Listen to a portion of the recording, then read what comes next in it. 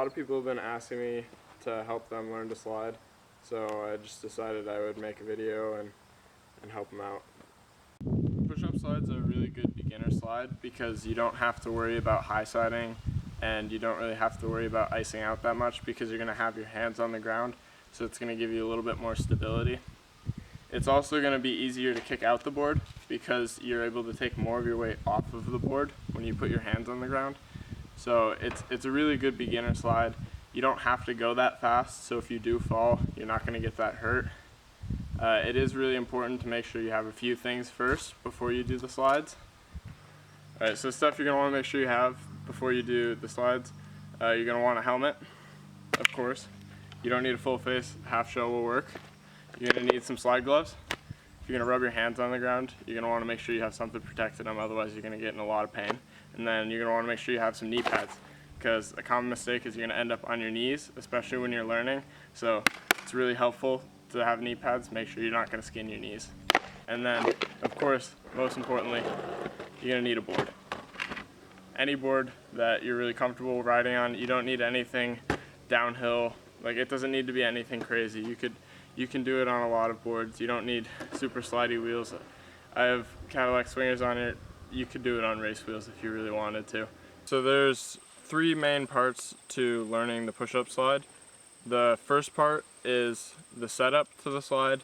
The second part is putting your hands on the ground and actually doing the slide. And the third part is steering with your shoulders. The first part to the push-up slide is the setup. I'm not talking about your board setup. I'm talking about the slide setup. What you're going to want to do is make a turn before you actually do the slide, and this will help you build up the forces on your wheels so that it's easier to kick it out. If you're regular, this turn is going to be right, and if you're goofy, it's going to be to your left, and this will help you to actually kick out the slide when you're doing it. The second step is actually putting your hands on the ground after you've made your setup turn.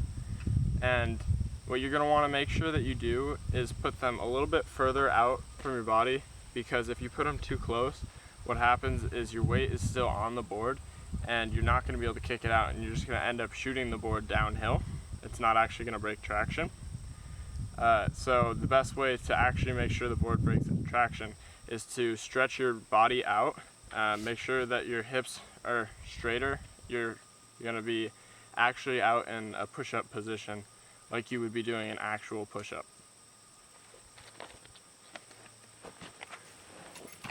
And the third thing that you want to make sure that you do is rotate your shoulders. Once you've done your setup turn and you've put your hands on the ground and you made sure that they're a little bit further away from your body and they're not right at your feet and you're stretched out, then you want to make sure that you rotate your shoulders around in the slide so that you can actually get the board to rotate within the slide. Your shoulders are kind of like your steering wheel in your slide, and this is going to be the same with most slides you're going to do. Your shoulders kind of just steer the board.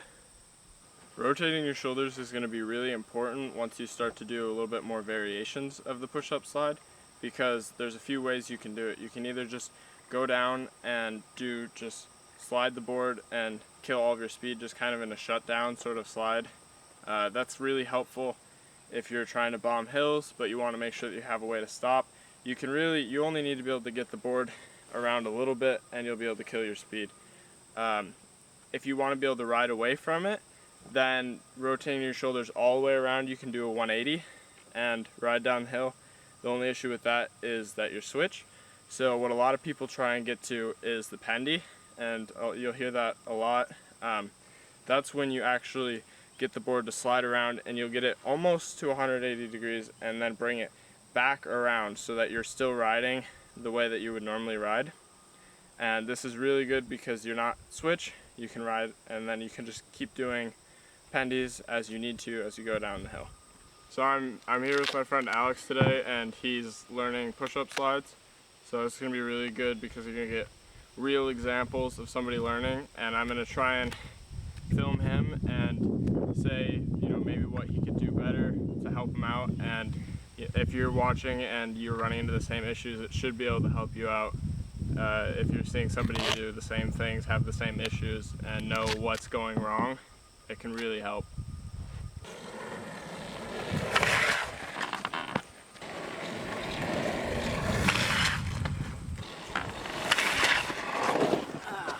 So what just happened there is Alex went to go do the slide, and mid-slide he put his weight over the back foot, and it caused his back wheels to grip up, and that's why the board shot down the hill instead of sliding around.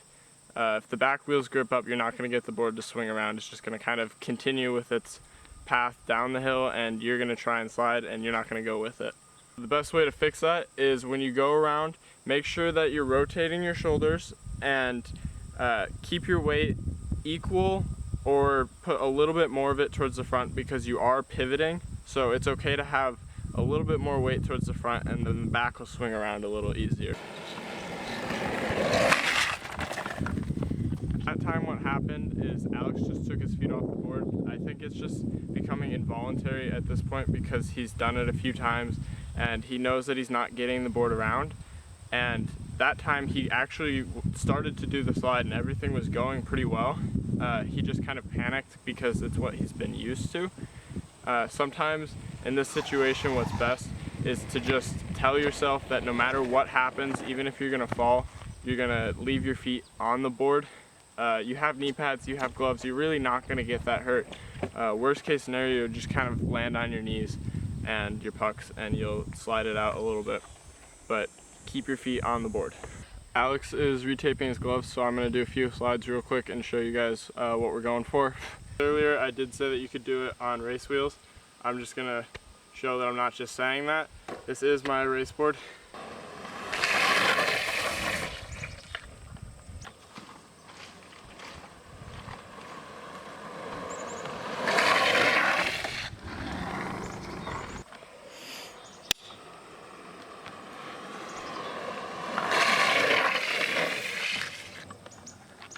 So it is possible.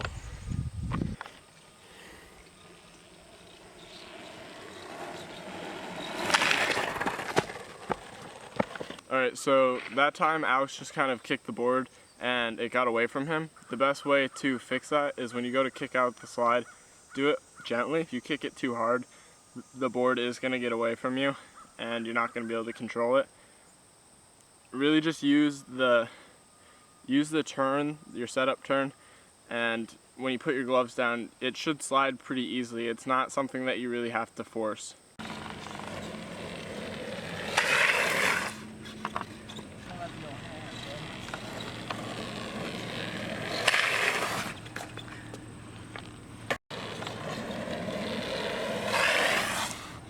So Alex almost got it that time. He's just got to get his shoulders around a little bit more. You can see the board stopped, but he was just short of 180, so he couldn't quite ride it out.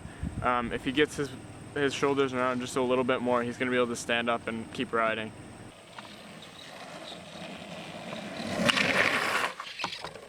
Hey!